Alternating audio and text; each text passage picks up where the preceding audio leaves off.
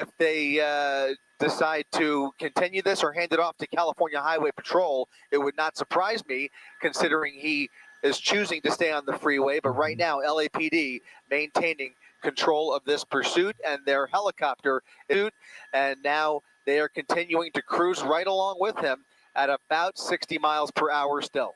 We see if he picks up speed, it'll be very interesting. You know, when he was going northbound, it certainly had a nice opportunity perhaps for a pit maneuver. But now that the traffic situation has gotten a little bit more heavy there, that's out of the question. Yeah, and even here, he's got a few lanes to play with here, but he's not going exceptionally fast. He's basically choosing to stay in that right lane, hugging the right lane. We'll see if he sets up for another exit or if he just takes it back down the 405. Anybody's guess, obviously, but you just kind of wonder what more there is to this story. And again, from what we could tell, there's nobody in the front passenger seat.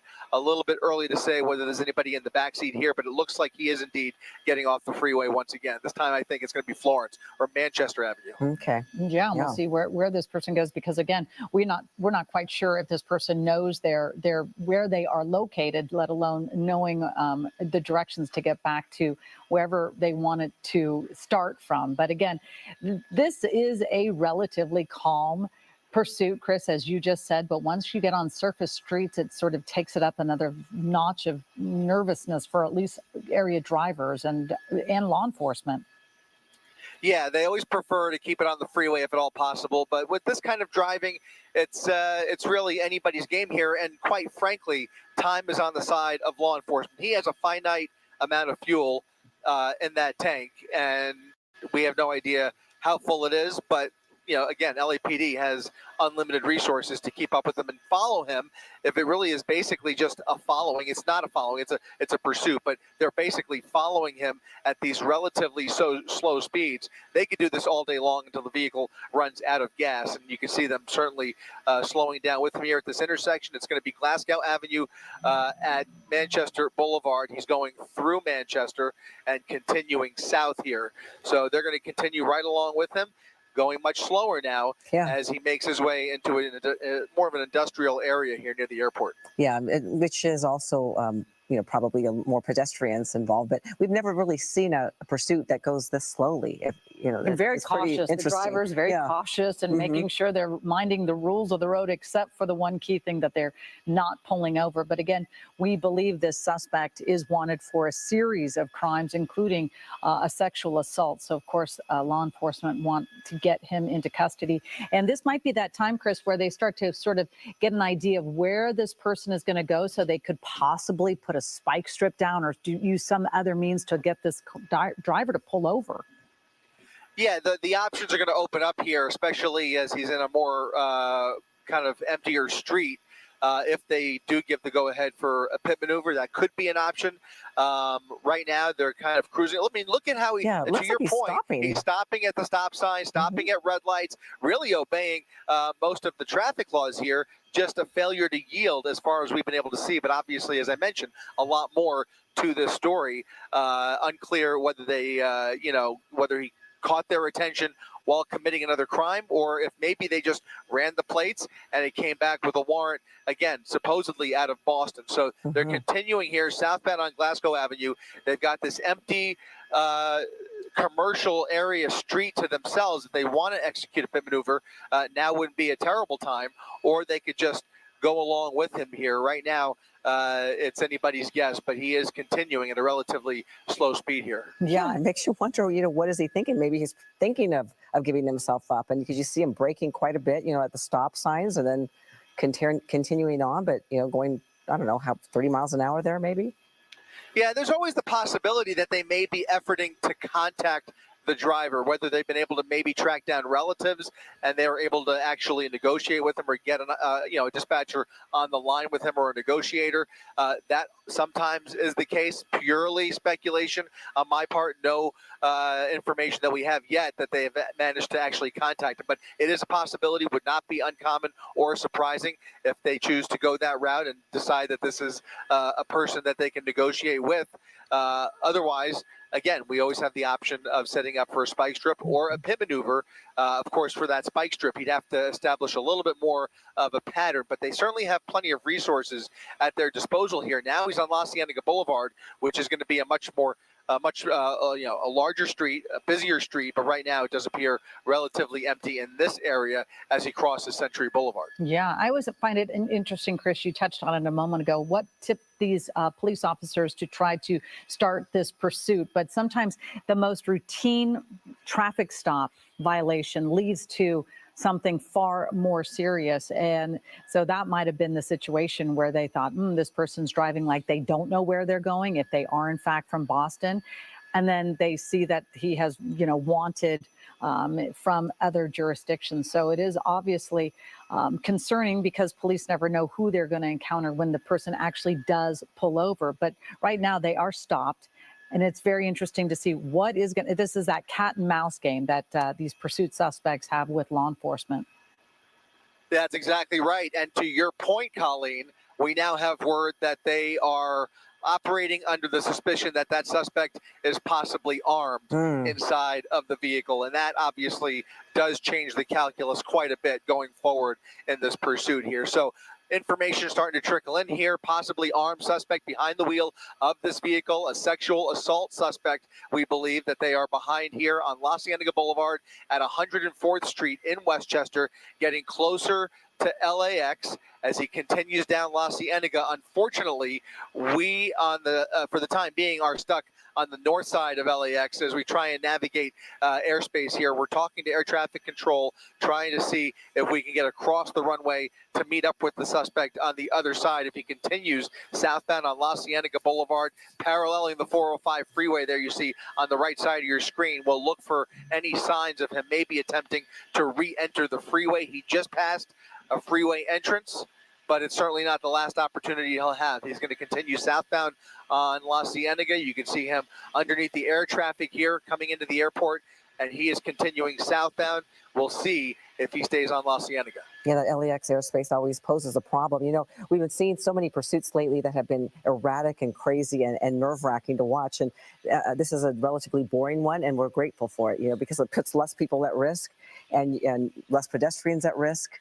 And you just wonder, what is he thinking? Like, what is he going to do? And just continue this cat-mouse game, like you said, Colleen. We don't want a boring chase. Yeah, on one hand, it seems like a controlled situation, but on the other hand, the unpredictability is through the roof, especially as we start to learn more about the suspect. So, we know all too often here in LA, these pursuits can go from 0 to 60 real quick, and then they can, go sideways in a heartbeat. So, anybody's guess as to how this is going to end. LAPD operating with extreme caution here, especially with the knowledge that he may have a weapon inside that vehicle, and who knows what else or who else inside the vehicle. We don't know, except for the fact that that passenger seat in the front appears to be empty. He's continuing, though, at a pretty reasonable clip here, only about 20 to 25 miles per hour down La Cienega Boulevard, now getting in the turn lanes, and we'll see here if this gives him the opportunity to get on the freeway. His next freeway entrance is going to be about a half mile off the nose, so he appears to be indicating that he's going to make a left turn here. We'll see if he intends to, if he does follow through with that left turn. That'll put him, I believe, onto Imperial Highway. Okay. Yeah. And it is interesting because as law enforcement try to establish this pattern and see if they can pull him over, we Ellen and Chris, we've seen it before where we see law enforcement either try a spike strip or they try to do a pit maneuver, and then it really ups the level of a chase. It becomes much more dangerous and the driver becomes much more erratic. So there's clearly a huge law enforcement presence behind the suspect. That suspect knows that they are wanted. They should be pulling over. They do not want to give up just yet. But again, it makes you think, they are driving really cautiously, but clearly they're not intimidated by all these law enforcement vehicles behind them. And even Colleen, using turn signals. Yeah. It's such a great point. It's such a great point because if he's not posing an immediate danger to the public, why antagonize him? Why up the ante anymore Mhm. if they have the luxury of following him at a safe speed, I at a mean, safe distance, and he's not he's really, sexually doing assaulting the anything too public. extreme yet. I mean, he You may not be reserve those driving other fast, tactics but for if things get a little more crazy. Right now, he certainly appears to be, showing some signs of composure behind the wheel here as he possibly is getting back onto the 405 once again. This is the 105 405 interchange. He's underneath the spaghetti loop there, and I think this may put him on the northbound side. Yep, northbound side of the 405 Okay. freeway, and that will require us to now Go navigate LAX airspace in the opposite direction. Yeah, we're going to have to head back north as they continue this cat and mouse game with this suspect who is now starting to show signs of indecision, if you will. Where do I go? Which direction do I want to go? How far do I want to take this? Yeah, you don't usually see a pursuit suspect using turn signals. Like, let me tell you where I'm going next. You want to elude the authorities, and you're going to do your turn signals to let them know where you're going. Yeah, exactly. And there's always the possibility, as my photographer, Rob Gluckman, reminds me, if he's more experienced than we're giving him credit for, a great way to lose law enforcement would be to zigzag up and down LAX airspace, where it's much more difficult for the helicopters to follow, and there's a lot more opportunity to sneak away here. But at these speeds, he seems to be, not really spooked by law enforcement, and he is once again getting off of the freeway here in the heart of LAX's Bravo airspace here. So we're in Inglewood at 101st Street, getting off the 405 freeway, coming up to a red light here, and you're going to see us shooting this from a distance once again until we get a better idea of where he's taking us. But right now, LAPD not having any problems keeping up with them. In fact, they've even added an additional black and white to the pursuit package here. So if I'm not mistaken, there's 6 here, and I think there is a 7th a few vehicles back. Okay. Well, they certainly are taking this suspect very seriously. And, the LAPD, the CHP, they're so well versed in pursuits. They do it, it seems like we're on a pursuit almost every day. How they handle each one, we know that it's different. And then they debrief how they handled it, what went wrong, what went right, how to do the next one, because they know they're going to have to rely on their skills of these police pursuits. But again, how they're going to pull this person over, even adding additional units, it seems that this person is going to run out of gas before they give up. Well, now he's traveling westbound on Century, and as you guys know, I believe that's Century. Yeah, it is Century Boulevard. That will eventually, if he doesn't make a turn here, he's going to end up at the airport in LAX. So unless he's catching a flight to Boston, which is highly unlikely, he may take this onto LAX property here in short order. Again, he's only got a couple of more intersections to turn off of. This is kind of Hotel Row right by the airport here as he cruises at a slow speed along Century Boulevard. We'll see if he comes out the other side of this high rise here. Obviously is not from LA, because everyone avoids that horseshoe LAX if you possibly can. It's crazy and congested in that area. And it looks like he's pulled into a parking lot. LAPD following him through the parking lot, and he is now coming back onto Century Boulevard. So he is starting to, it really makes you wonder here just how much more patience he's got left until he just decides to give this up. You don't get the impression he's trying to get away. If he was trying to get away, he could easily, speed away and try and lose the cops. We haven't seen anything like that. He just seems to be going on a joyride here until he comes to a final stop. And they're basically giving him something of a wide berth to do that. Plenty of opportunity to just give up and surrender peacefully without, amping this up any more than it already is. It's already a very serious situation with the knowledge that there's possibly a weapon inside that vehicle. Again, they are going to treat this with kid glove care. He has indeed turned off of Century. He's now northbound on 94th. Northbound 94th. Actually, that might be Isis Avenue there. But no, it's 94th Street. Northbound 94th Street. coming up on Hillcrest Boulevard, as you can see on Sky Map there. So northbound, okay, there may be an attempt to spin him out here. We'll see what he does, but there may be a pit maneuver coming in the near future. At these speeds, on an empty road like this, it's a possibility, but they're going to have to act fast before he ends up on another major avenue, right? He's got Hillcrest right there. There's lots of cross traffic. They're going to have to wait till they get through this intersection if they decide to Look at that move ahead with that. It's at least under consideration, I think, at this point. Yeah, absolutely. But again, you know, the LAPD, they have learned in the past, because they're trying not to put any other innocent lives in danger, because so many times these suspects really do put other lives in danger. You could see the fog kind of rolling in the marine layer. Coast. Yeah, the marine layer from the beach right there. But again, we'll see what happens right here, because this, I'm not a law enforcement, but I was thinking that maybe that little intersection might have been a decent one for them to nudge him into a pit maneuver, one of those really soft, graceful, slow ones. But I guess it wasn't going to happen.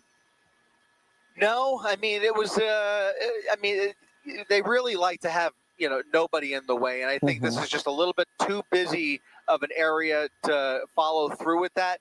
But at least they've given the units on the ground the ability and the permission to go ahead with a pit maneuver if they see an opportunity.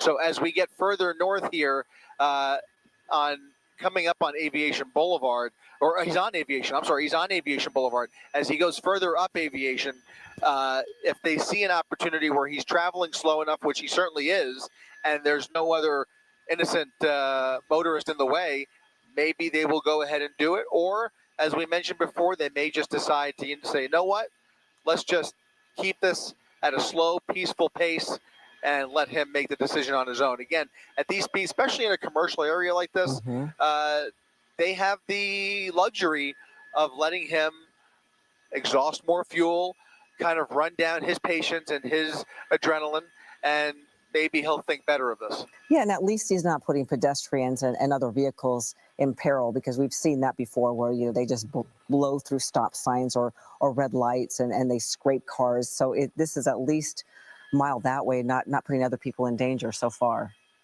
Yeah, for all of the inherent dangers that come along with every police pursuit, we haven't seen any real major situation yet that's really put the public in a dire situation. And that, again, that gives the law enforcement officers a lot more time and a lot more space to make calculated decisions and just kind of work at his pace, almost like a standoff. Like it's like a moving standoff, right? Yeah. Where they want to wait for his next move before they attempt their next tactic to bring this to an end. Again, it could change really quickly if he decides to speed up or start running red lights. But until that time, you know, it's going to be more of the same here. And we have seen situations in the past where a slow speed pursuit like this could literally go on for hours. I think that SUV has at least a 20-liter tank. And, you know, if he had a full tank, it could certainly go on for hours at this pace if they allowed it. Yeah, it's just so interesting to see the person driving so respectfully, slowly, cautiously in this area, when you know that they are wanted for something that is quite the opposite. To know that this person may be armed, may be a suspect. You can see it right there that this did start before 4 o'clock. We do know that the LAPD is treating this person as a wanted sexual assault suspect, and that this person might be armed. But again, the way that this driver is navigating this pursuit, you can see being very cautious through intersections. We've seen so many pursuits where they are not cautious at all, and it's just, you know, nail biting to watch. But this one, you can see that, and law enforcement are giving them a wide area for them to try to stay calm and try to keep the public at least safe, because when they do these, you know, these surface streets, we know that there are more people, there are more pedestrians, there's families, kids walking around. So again, this doesn't seem very residential area-esque, but it still has enough foot traffic.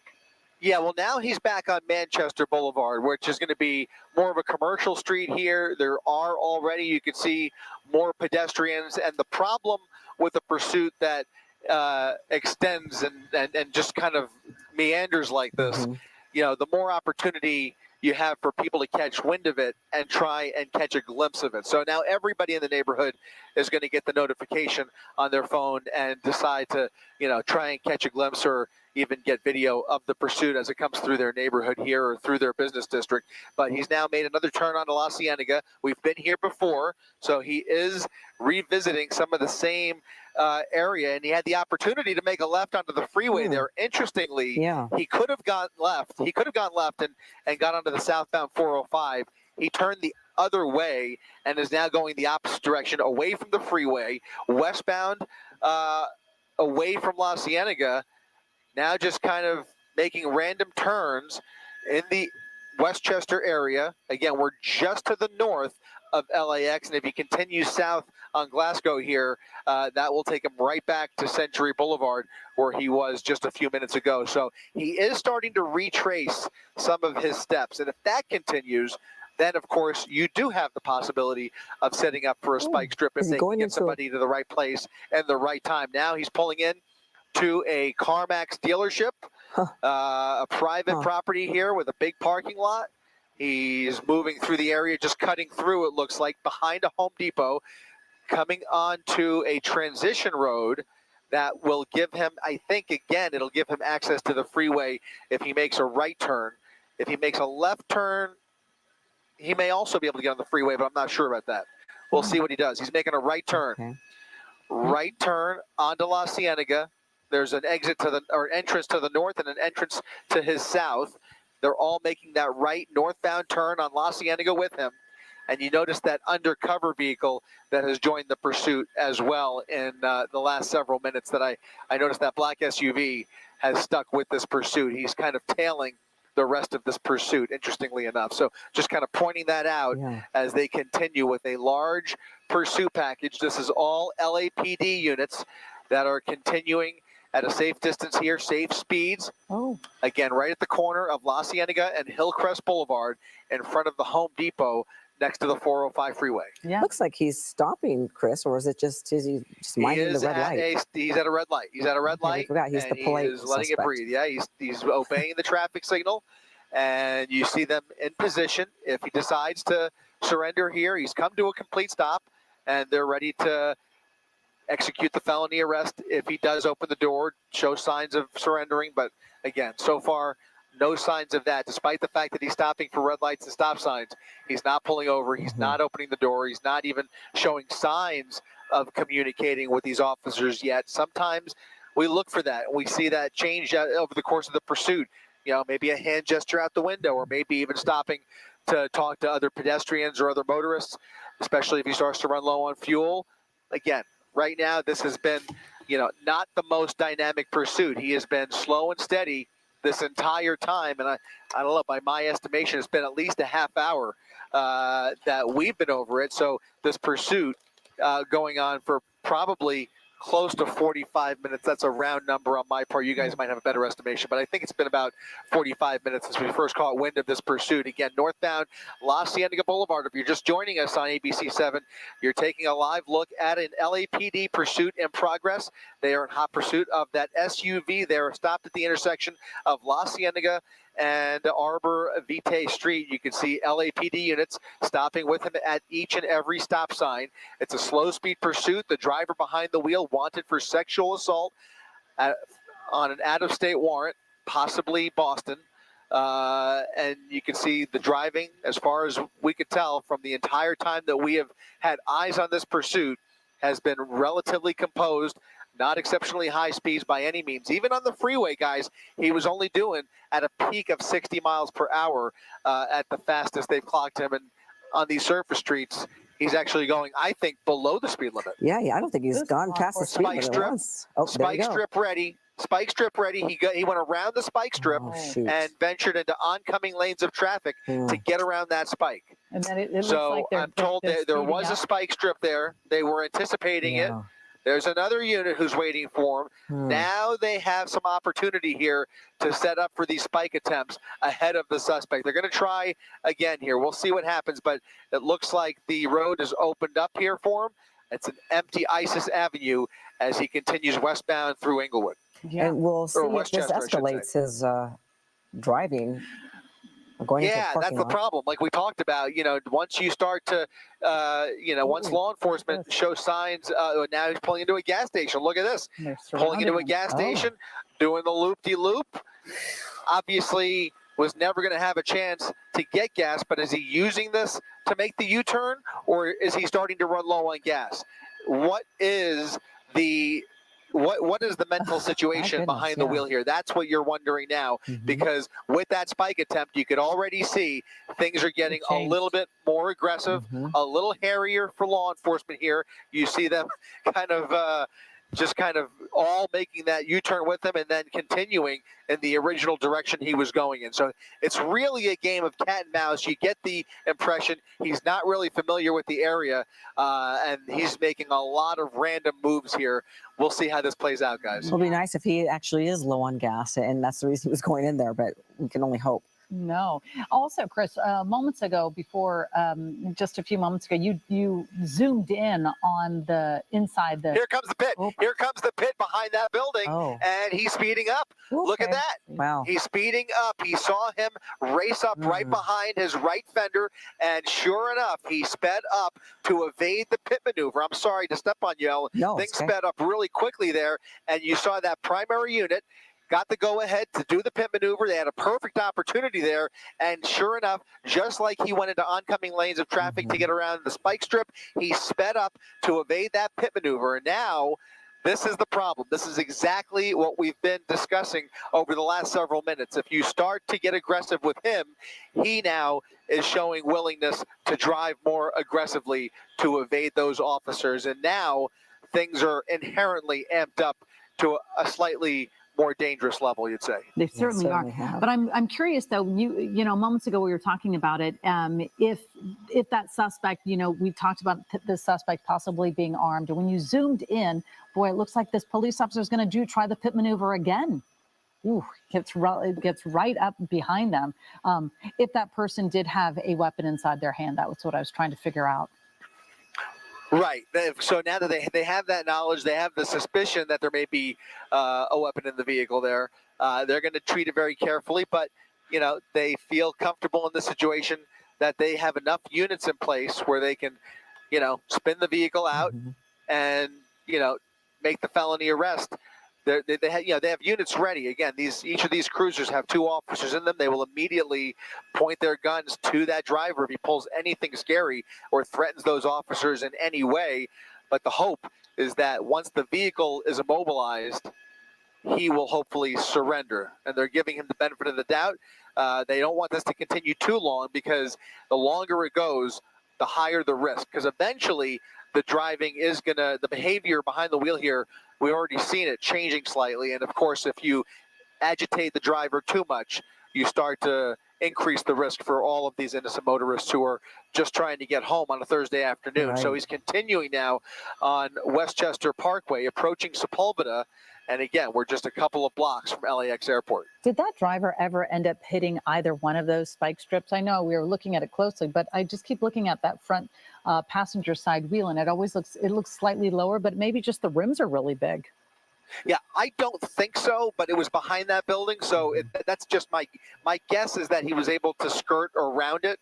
But once we get a little bit of a better look, a closer look, we might see if that tire is behaving any differently. Right now, he seems to be driving, again, relatively normal as he, Puts his indicator. continues now northbound on Sepulveda Boulevard. So now northbound Sepulveda, away from LAX. That's a good thing. He's coming towards us. We're going to get a better look as he gets closer to us. And you can see it looks like the vehicle is driving nominally here. So here comes another pit attempt up the right side, and Wow. a little bit of a Oh boy. I don't know, almost a weak attempt there. He didn't really speed up there. He just kind of, The slight miss. it's almost like he's got this car in cruise control, but I don't know if that officer had second thoughts.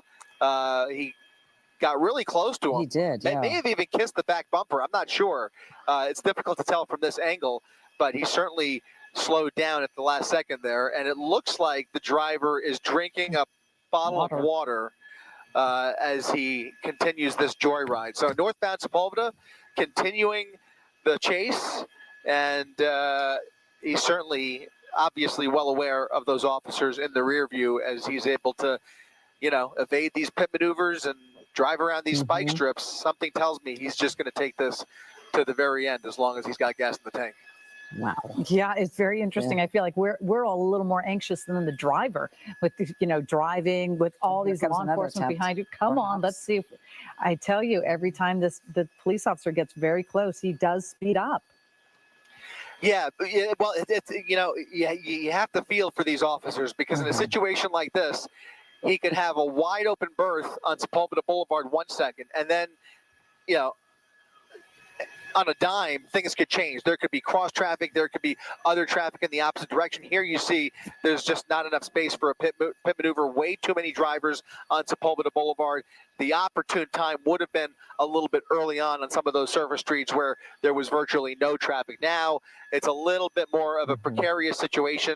I was a little surprised actually to see that attempt on Sepulveda, to be quite honest with you, but that may be why the officer slowed down at the last second there. He might have seen something that posed a danger there. So they don't want to spin him out unless they have, almost a full 4 lanes to play with. You don't want him crashing into parked cars and private property. You don't want to see him get into, a more dangerous situation with oncoming traffic. So it's got to be an area, a stretch of roadway where there's really nobody at risk. And that's what they're looking for. The speeds are not a problem. At these speeds, he is traveling at perfect pit maneuver threshold, but it's the congestion in the area that's preventing the next pit maneuver. But once they see that especially now that you've seen those first 2 attempts, we've now seen 2 attempts that we could say for sure to pit this guy, and if they see another opportunity, I think that 3rd pit is almost inevitable.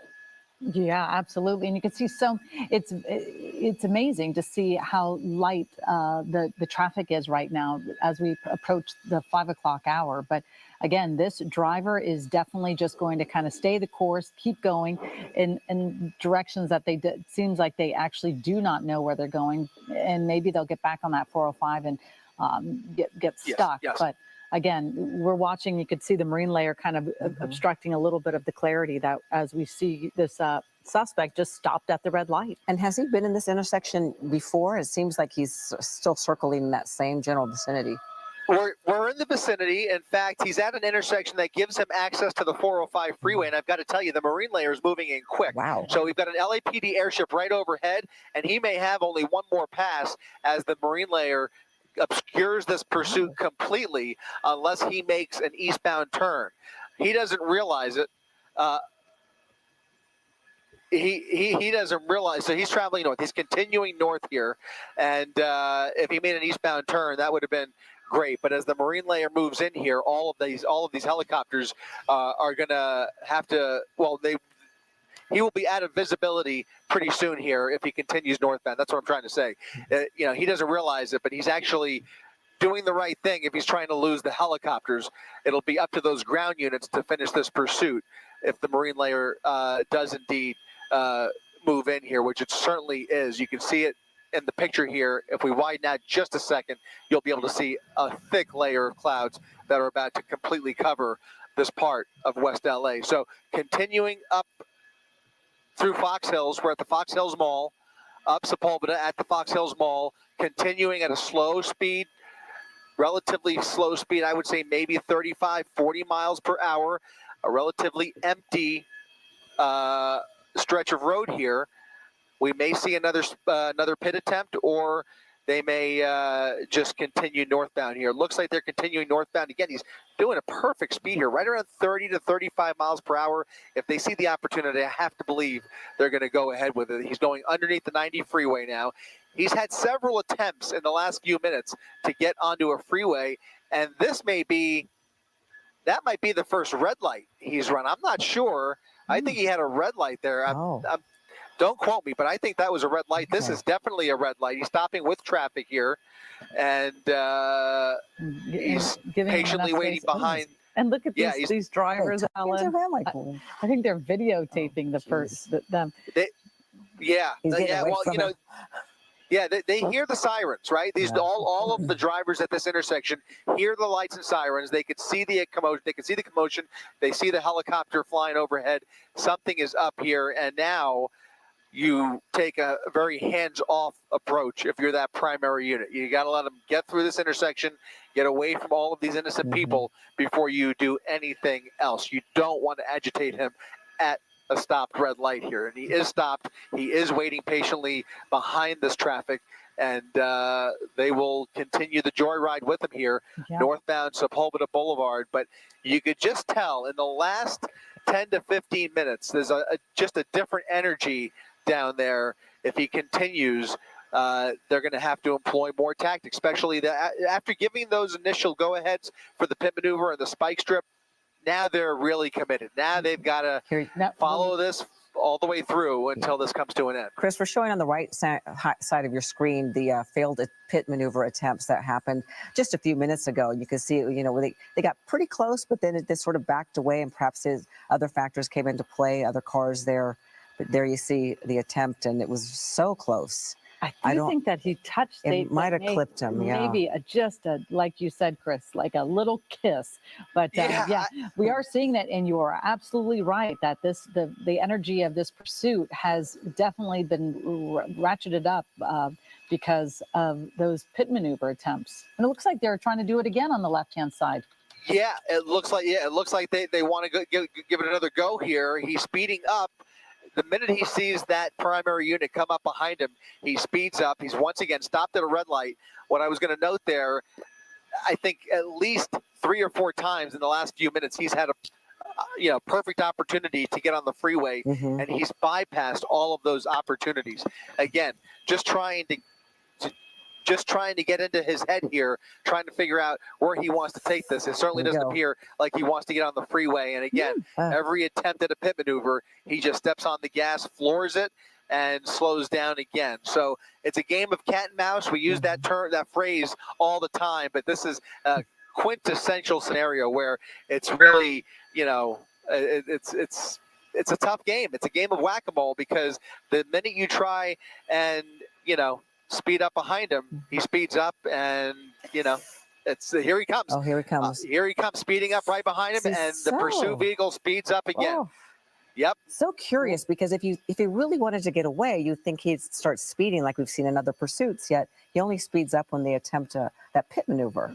Yeah, when they try to apprehend him, curious. That's when he ups, gets that foot on the gas pedal and just floors it. But then eases up and goes back to a very calm pursuit, except for I don't know, Chris, if we could see how quickly. I know we're pretty far away, but this driver is definitely driving at a much faster rate and being a little bit more aggressive as they approach these intersections. Well, it's interesting, right? Because he speeds up once he sees that primary unit come up right behind him. He's basically, going at their pace until they try to pit him, and then he speeds up. But then the minute he gets a little bit of distance, he slows down pretty much with speed limit, with traffic. And now once again, he stopped at Sepulveda and Washington Boulevard. Now we are getting more information trickling in here. He is apparently also wanted for robbery. Oh. So you could tell, as the information comes in here, you could tell this is not the best guy behind the wheel here, despite the tame nature of the driving. Yeah. We now have sexual assault, robbery, possibly armed, obviously unwilling to give up here. He's wanted out of another jurisdiction. They are probably communicating with that jurisdiction, wherever it is, perhaps Boston PD, and trying to get as much intel as they can. The only benefit there, well, there's a lot of benefits. One of the benefits is maybe they can get a relative on the line or somehow communicate with the suspect. Now, there's also a possibility, and we're hearing that this may be a likely possibility, something that we've been seeing more of in recent years. He may be listening to this pursuit on an app, or possibly live streaming the pursuit. So they do have information that he is on the phone or has access to the stream somehow, and is following along on either on his phone or perhaps on the radio you just never know. Right. He's And now, listening. You really should just give yourself up and end this, and stop putting other people in peril, and just go off the road and stop. yeah, just give it up. Yeah, They not do going to get anywhere. I mean, 99.9% of the time, these people are apprehended, but looks like they're on the freeway, but it doesn't show at 405 405 North. I thought it's a moment it said Venice Boulevard, but yeah, it's so they're on the 405 North. You can see that marine layer moving in. Again, our visibility is becoming reduced. And this, I'm not sure if they ever try pit maneuvers on the freeway. I certainly, unless it's like this kind of, they're not going to try it when there's this many motorists on the road. Yeah, no, that pit maneuver tactic is now off the table. That's been sidelined, and you mentioned it as we were talking there. He did take the opportunity for the first time in a while. He is now back on the freeway, northbound side of the 405 freeway in the middle of rush hour, coming up on National Boulevard, speeding up a little bit, looking for any gap in traffic to put a little bit of distance between him and that primary unit, but they're following at a safe distance, not having a problem. You can see him slowing down with traffic. Let's see how much weaving we start to see here. Mm-hmm. That's something we always look for once they find themselves in a little bit of a bind, but he is on the 405, not nearly as empty as it was earlier on in this pursuit when he was on the freeway. And again, that poses, on one hand, it poses more danger, but on the other hand, it is the safest of all other options, as opposed to a surface street where you have pedestrians and, so many other variables. The freeway, for all intents and purposes, is the ideal place. You just wish there was less traffic in case he gives up, in case they have to use force. You don't want any crossfire situations. You don't want him crashing into anybody if he gets spooked, stuff like that. But right now, as we speculate about all of those possibilities, for the most part, he is continuing to drive relatively safely, dare I say. I mean, he's really not posing an immediate risk, which means they have the luxury of following this all the way through. And probably, in all likelihood, if they don't hand this off to California Highway Patrol, they will start to get to the point where they start talking internally about transitioning or transferring this pursuit over to a new group of LAPD officers. As far as we could tell, this is still all LAPD behind this vehicle. We have not seen them swap out any of the units yet, but I would imagine, just judging on the length of this pursuit, it's almost time to hand this off to a new set of eyes and a new set of officers. All right, Chris Christie, and we are handing it off to a new set of anchors right now. Michelle Fisher alongside me. I'm Giovanna Latta, and we are continuing to follow this breaking news in the Los Angeles area near LAX. This pursuit, LAPD pursuit. The suspect in this vehicle wanted for a sexual assault. And Chris, can you fill us in on what else we know about this? Yeah, so information's been trickling in, Giovanna, on the details behind this chase. The suspect apparently wanted for an out-of-state warrant. Charges include sexual assault, robbery, and is potentially armed and dangerous. So despite the tame nature of this pursuit, they are working with a very volatile individual behind the wheel who is taking LAPD on an extensive joyride throughout the city. This all started in the Carson area, in the Wilmington area, eventually made his way through Carson, was on the freeway, on and off surface streets, ended up on the 405 freeway, where he eventually took the 405 up through Inglewood and has now been traversing the streets of basically the Inglewood area around LAX and Westchester for the last almost hour or so, until a short time ago when he finally got back on the freeway, taking Sepulveda Boulevard and then eventually the 405 freeway into West LA here. And we are now firmly in West LA in the Culver City, Cheviot Hills area, coming up on the 10 freeway. Actually, did we already pass the 10? I think he just passed. Yeah, he just passed the 10 freeway on the northbound side of the 405, Giovanna. Okay, and as you mentioned, we've been following this now since about 4 o'clock. And what's different about this pursuit is that this driver has been really driving relatively slowly and carefully. We've seen other pursuits where suspects are speeding in and out of lanes and against traffic. He's only done this once or twice when he's trying to avoid those spike strips, right?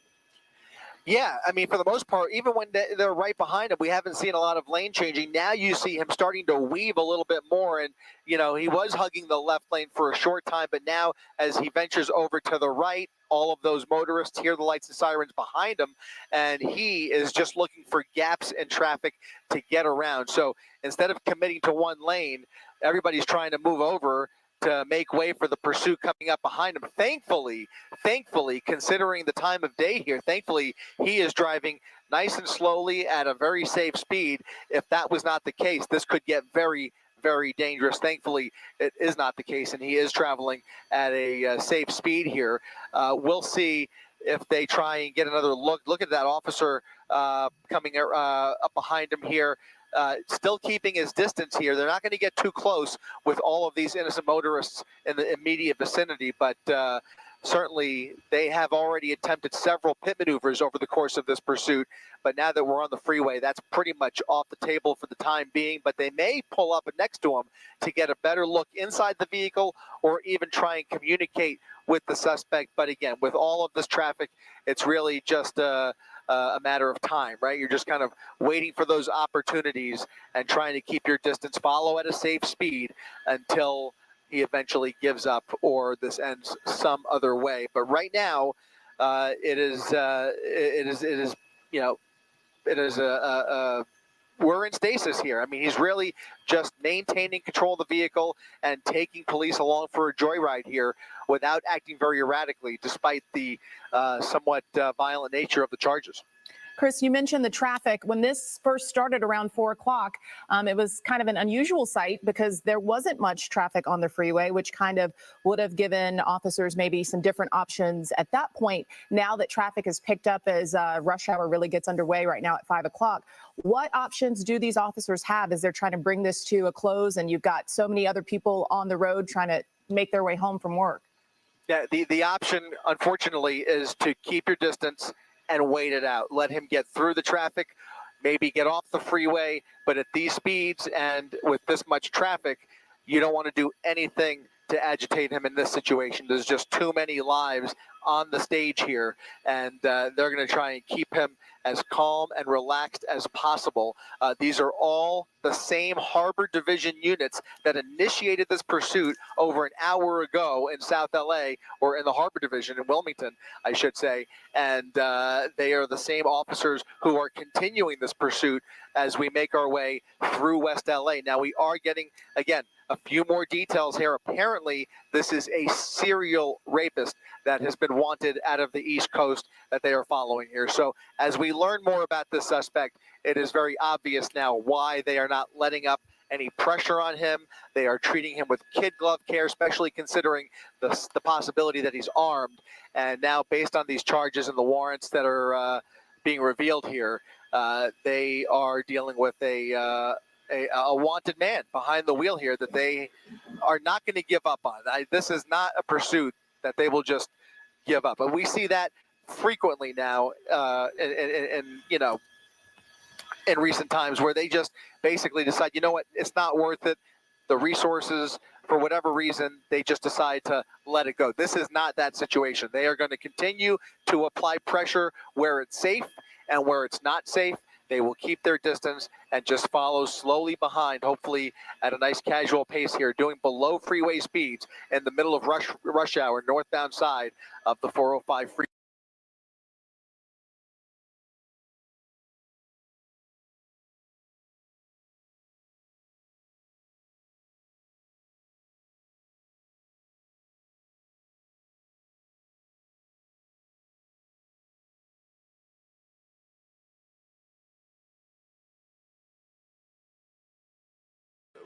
We're unclear exactly about where this alleged sexual offense may have taken place and where this subject might and have, this is why I asked from. Roland, and I'm going to ask our assignment desk to do some work for us, because I am seeing online chatter that this guy is from Massachusetts, specifically from Boston.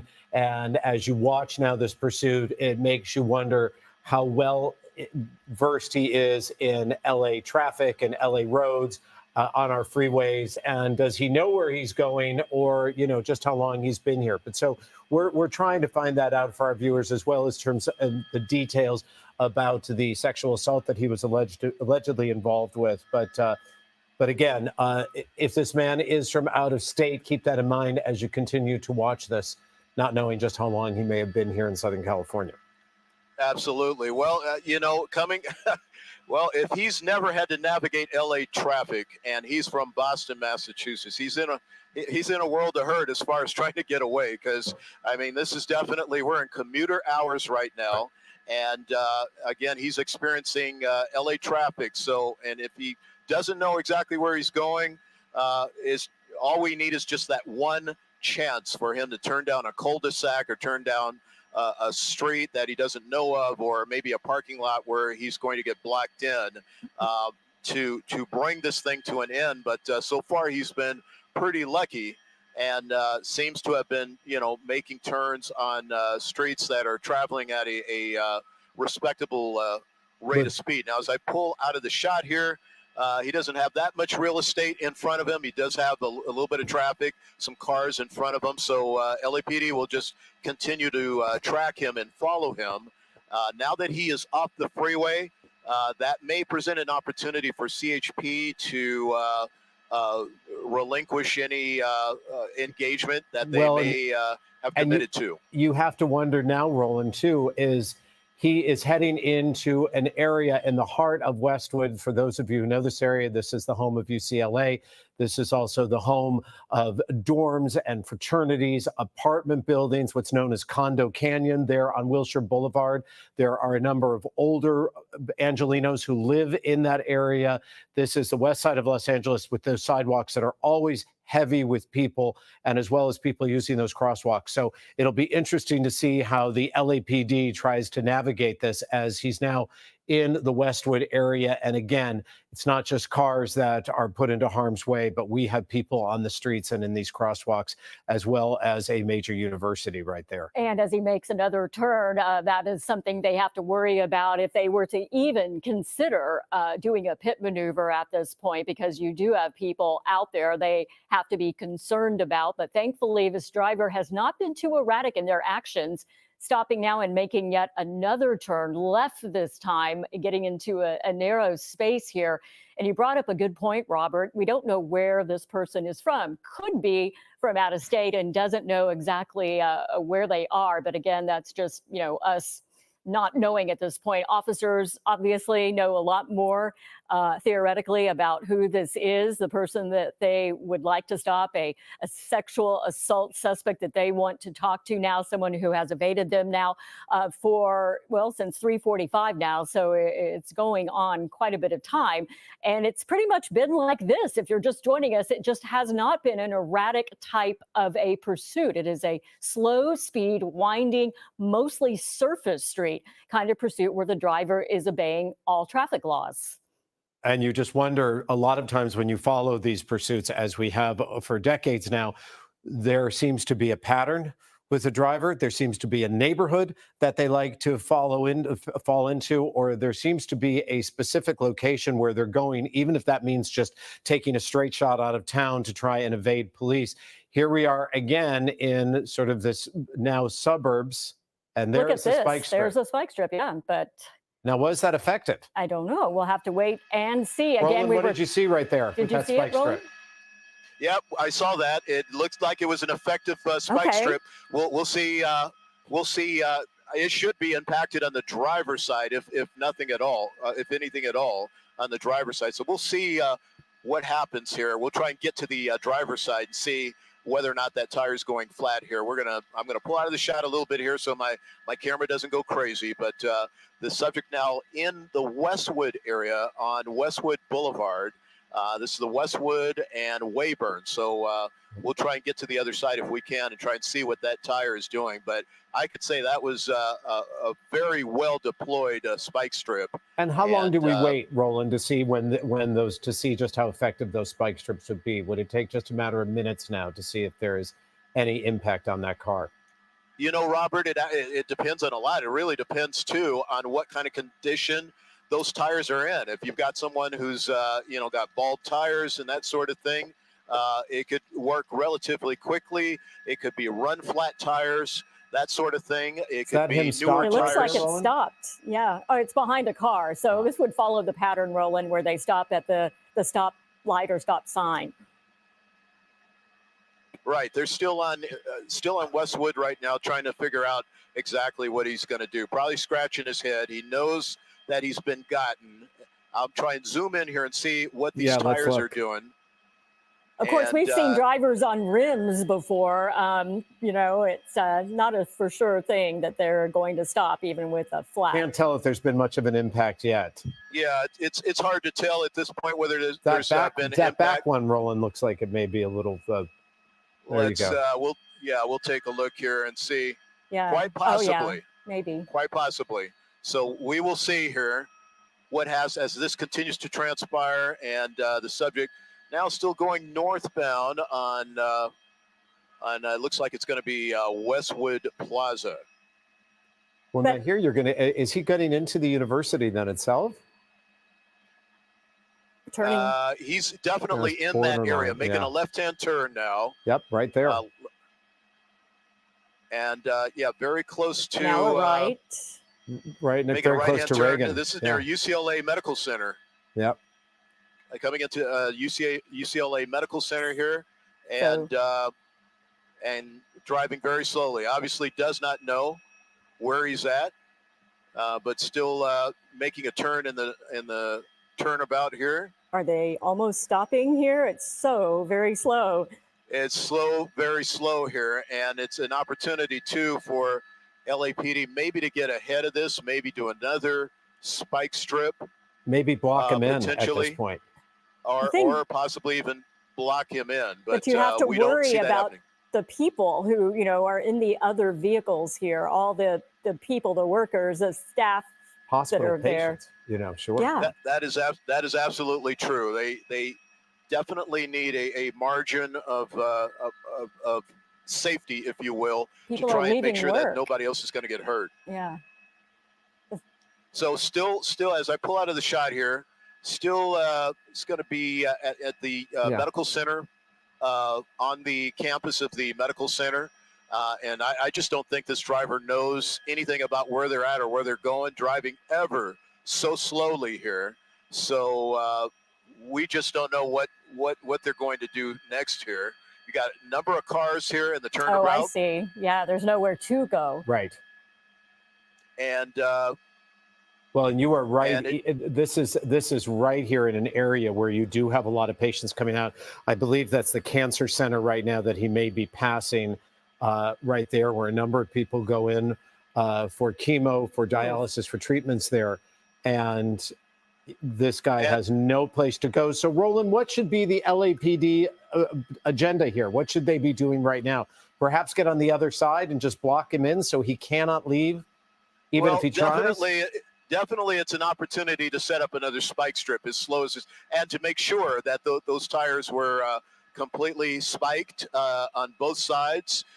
We've seen in other pursuits numerous spike strip deployments, and it's just hard to tell at this point. There There's we go, another right here, one. strip, Roland. Missed him. Oh, Missed him yeah. on that one. A little too late there on that one. And so we'll see where he pops out at here. I think he's going to pop out probably. And Roland, we want to point out that what you are looking at here is Ronald Reagan UCLA Medical Center, right? This is a very large campus. This is the medical center that is right there on the campus, basically, of UCLA. So we are talking about nothing but people all around here as you look for this, the man in this car. Are you hearing any reports that he is possibly armed? I have not heard that yet. Definitely listening for that, but have not heard any information that this subject is armed. Of course, they have to assume the worst in all these situations, that the suspect, they have to assume that the suspect is going to be armed, especially since they're trying to get away and elude officers. So they're going to handle this the same way they would in any situation, and assume that this suspect may be armed, and when the opportunity presents itself to do a felony car stop. Now, we're essentially, I think, back where we were before. He went Yep. in Oh, a yeah. full circle, a full loop again. And so LAPD, I really think it seems like they're looking at this thing like they've got time to deal with this. Like It sure time seems like it. is on their side, perhaps. Well, And and you go ahead, Robert. No, please, Kathy. Well, there's an update from the LAPD, and you were asking for some more information, and now we can confirm the suspect, as you said, Robert, does have ties to the Boston area. It's unknown, though, where the assault actually occurred, if it was in LA, somewhere else, or in Boston. Okay, so that we put that into has been confirmed. the factors that we're looking at right now is he has stopped here, and LAPD officers are now getting out of their units. The driver appears that he is.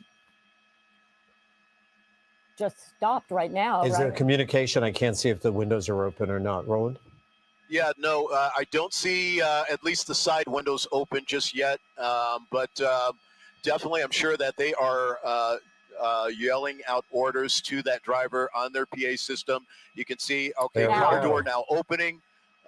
Seems like the subject may be coming out of the car right now. So we got a driver's side door opening. Office arms out right now. Officers still got him at gunpoint. Felony car stop. And all guns trained on this car and this subject right now, as it seems as though this driver is now starting to comply. Jim, are we able to get onto the driver's side a little bit more at all? Okay, You so we see got the two arms still out. Yeah.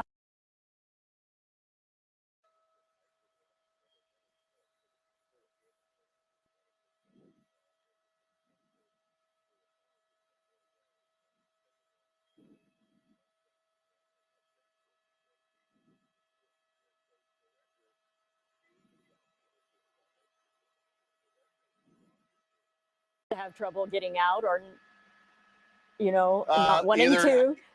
Either having trouble coming out or just contemplating that this is the end of this entire thing. This is pretty going to be a wrap as far as trying to elude the police, and that the subject is very soon going to be in custody and going to jail. That may be what this subject now is he's got his head in his hands, that sort of thing, and really contemplating what is going to happen next. So officers at this point taking this situation very delicately. They still got him at gunpoint. He seems to be stumbling a little bit coming out, like having trouble of some sort. Yeah, and it's possible he could be disabled in some way, shape, or form, but officers, they can't accept that. They can't accept that as a reality. What they have to accept is that this is of that person. It's possible that maybe he's under the influence of something. That's also a possibility, but he's complying. That's the good news. Really realized there was nowhere to go, and obviously in this condition he was not able to run.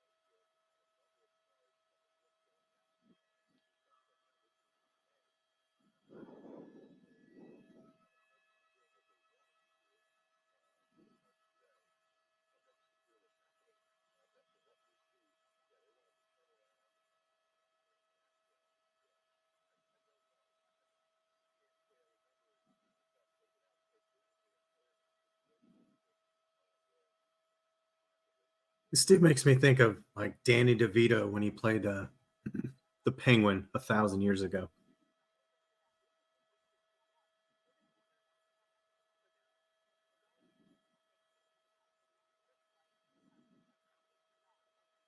No.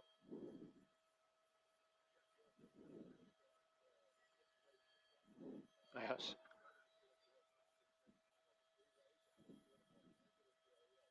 They might as well bring over like 3 sets of cuffs. It's going to take that many to get around that fat ass.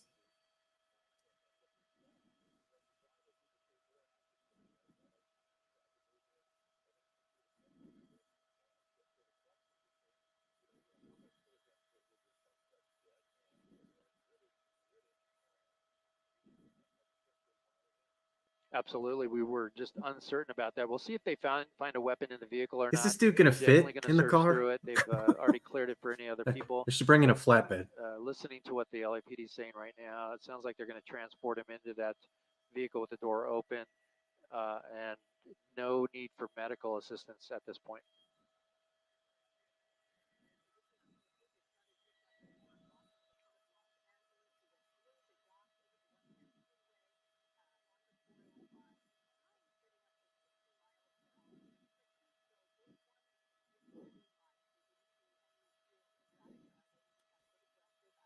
All right, that's a wrap on this one. It's going to take him 45 minutes to get this guy in there. And, you know, normally I wouldn't body shame, but fuck this guy.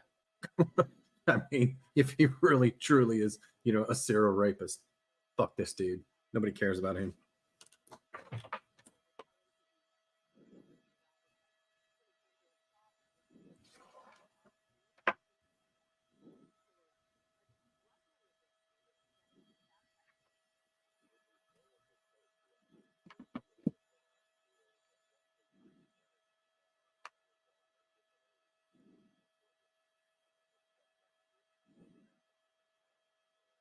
All right, guys. I'm ending this starving. Tacos await. Thank you. See y'all later.